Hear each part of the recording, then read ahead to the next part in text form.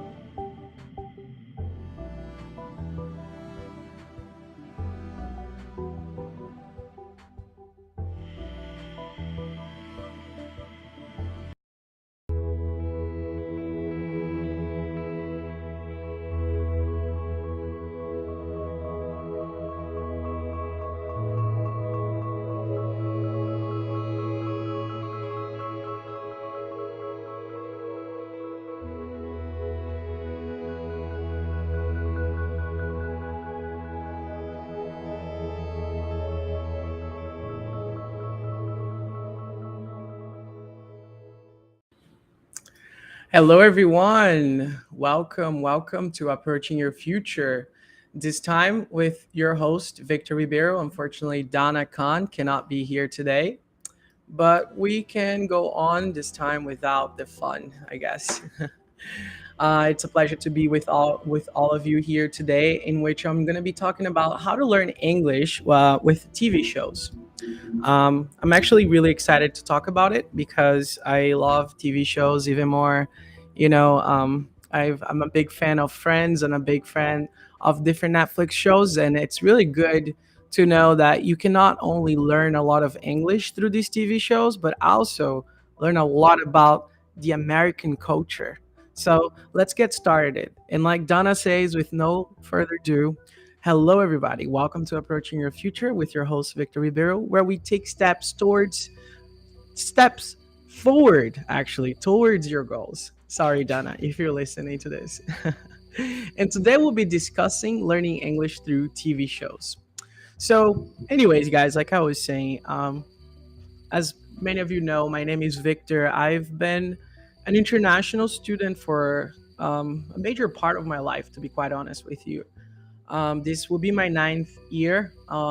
As you know, I mean, I'm not a student anymore because now I'm working. I graduated here in the United States, and based on my own experience learning English and studying abroad and living in different countries, I can tell you that these tips that I'm going to be giving you, they will help you not only finding out really cool TV shows, but also how to learn how to speak better, how to pay more attention at pronunciation, how to pay more attention at the content that is being said in these TV shows, right?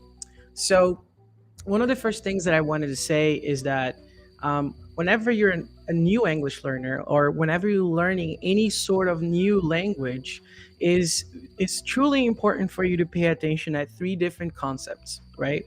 Which first is writing, second is reading, and third is listening.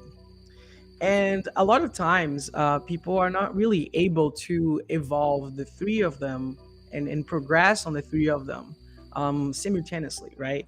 Which is okay. I mean, every person has their own process. But when you're watching TV series, you are actually training a lot of your listening and your reading. if you're reading captions in English. The most important thing though is that you have to make sure that if you're watching a series and this series is in English, make sure to not change to the language that you speak. Why? Because this way you'll be actually training one of those three things I told you. And more specifically, you'll be training your listening. um, the reading is also a very, very important thing, right?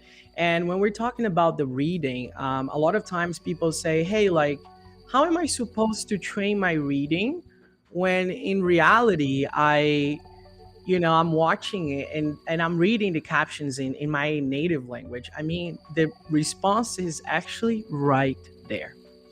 You shouldn't really watch TV shows on your native language if you're trying to leverage from that opportunity to actually learn something. You need to always challenge yourself. You need to always try to go a little bit further than just reading in the language that you speak, right?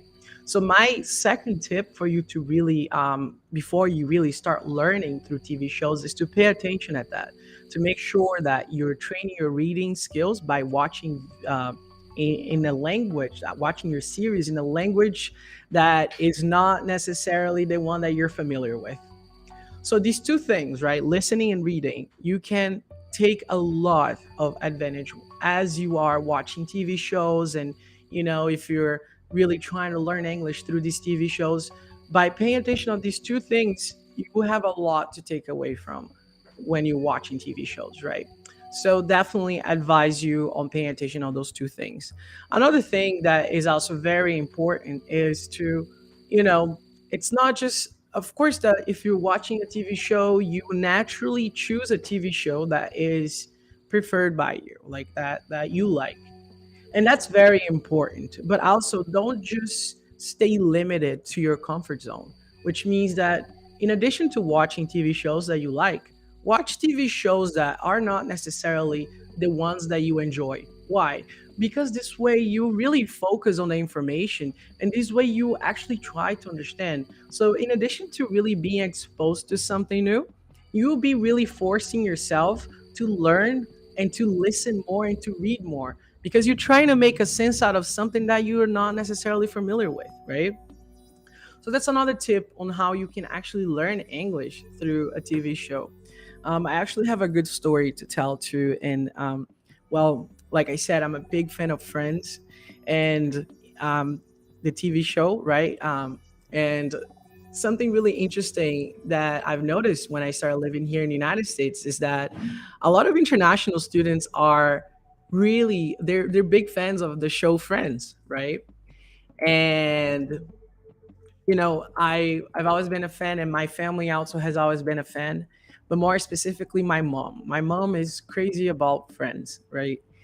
And in Brazil, a lot of people watch TV and it's not necessarily just on Netflix. We had, Discovery Channel, and which we call Sky. And most of the time when you're watching in those, it's kind of like in those type of channels, they're not necessarily public. They put in a language that is fitting to your country. So my mother, she would always change at least the captions of Friends when she was watching, because if she was watching in Portuguese, she would still know what they're saying in Portuguese, and by reading the captions, she could assimilate certain words in Portuguese with English. So interesting thing is that my mom has also, like, she's always been an English speaker, but she never lived outside of the United States. And if there was something really cool that I found out, is that her accent has changed a little bit, when she paid more attention at also the English speaking ones. But her reading, like, she reads perfectly, right? And there are a lot of friends of mine that have been exposed to similar situations actually in college. When your teachers make you watch something, a lot of times they also want you to pay attention at those three things, more specifically the two things that you can leverage from when you're watching TV, even more when it's in a different language, right? So it's for sure that you can learn a lot by just watching TV shows. I mean, that's no secret. But then again, for you to actually be able to learn by watching these TV shows, you need to really, really pay attention in this process of, like, how you learn, why you're learning, what you'd like to learn, what's your goal learning.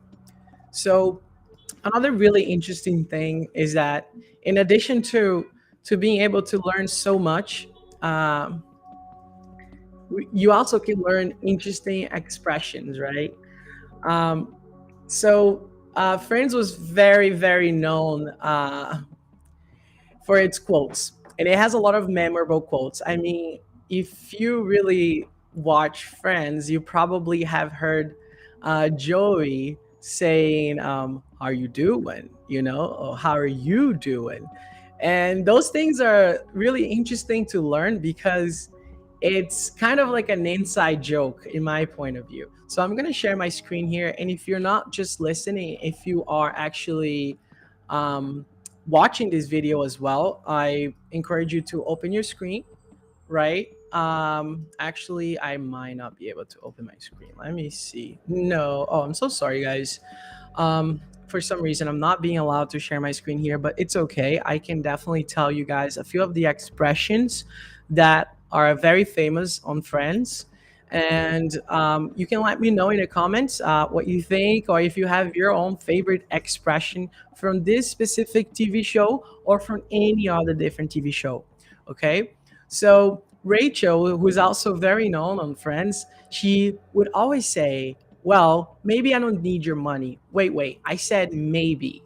So what's so interesting about that is that you're not just listening the point of view of Rachel and knowing how proud she is about asking for money, but in addition to that, you're also able to know that there are different ways to really make a point. When Rachel says, "Wait, I said maybe," she's trying to give emphasis to that fact that maybe she don't really need your money. And I think that those things are really interesting to pay attention, right? Another very famous saying that Ross on Friends used to always say is, "We were on a break." I mean, you must be familiarized with this one too, because if I can remember, Ross and Rachel were together, and Ross had he had an entanglement with someone. And long story short, they used to say that Ross cheated on Rachel, but Ross would always have this response: "We were on a break." And what does being on a break means? What can you learn from this specific expression that is found on Friends? Well, being on a break doesn't necessarily mean only that you're taking a break in time on your tasks. You can define break for a relationship, which means that you're not seeing that person as often, or maybe it means that you have paused that relationship. I mean, some people don't believe in that, and I mean, each with their own, right? But definitely a very interesting thing to pay attention. These expression is specifically could help you communicating with your partner or with your significant other, right? So another very interesting saying that I would love to bring up is from Joey. Joey was actually one of my favorite actors in Friends, one of my favorite characters, actually, not actors. Um, Joey would always say, "Joey doesn't share food." And what's so cool about it? Well, Joey's referring to himself in third person. So when you're speaking English, sometimes if you want to make jokes or things like this, you can always refer to yourself in third person as well. And that's something that you learn by watching these TV shows is you find funny ways to express yourself in this whole new language that you're learning. And that's really special, guys. I can guarantee you that. Also, if you have different examples of different TV shows, this is a live stream, so make sure or feel comfortable to add to the comments. I would love to know, what you know and what are your favorite expressions from TV shows. So one last one. Let me see. I have a list of 25 sayings from Friends, and it's so hard to really choose my favorite one.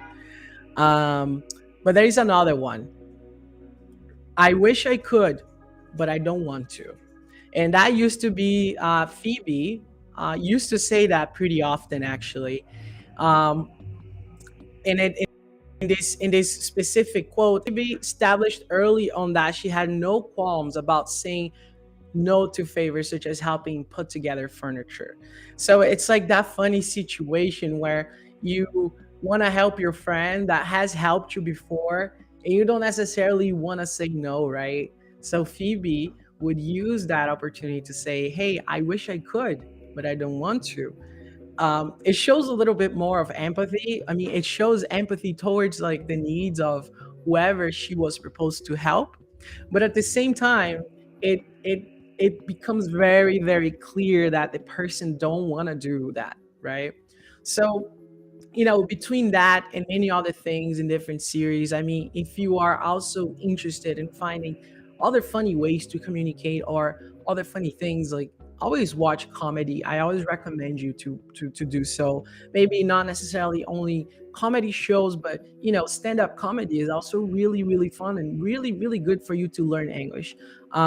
Of course, we've been hearing a lot about Chris Rock. You can always watch his comedy shows, which, by the way, Chris Rock is now in Boston. So if you're in Boston and you have tickets, good luck. That sounds like an amazing time. If you don't have tickets and you still want to see Chris Rock, hey, he's all over the internet right now. So that's your opportunity. But watch comedy stand-ups, because you will learn different ways of to express yourself, and you find different connotation, different terms, adjectives, and even words that you've never heard before. Watch TV series, TV shows, go on Netflix, choose the caption in English, pay attention to your listening, pay attention to your reading. Make sure you're actually trying to absorb as much as you can, and make sure to have your goal established whenever you're trying to learn something.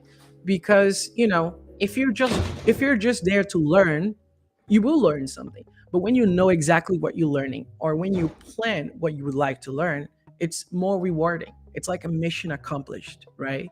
So don't hesitate to do that. I think you can have a lot of fun watching TV series in their native language, and really attempting to read, to understand, to listen. Those things will definitely help you. So if you have any questions, you can always reach out to our team through our social media, or you can send a message on in our like can comment on YouTube. You're more than welcome.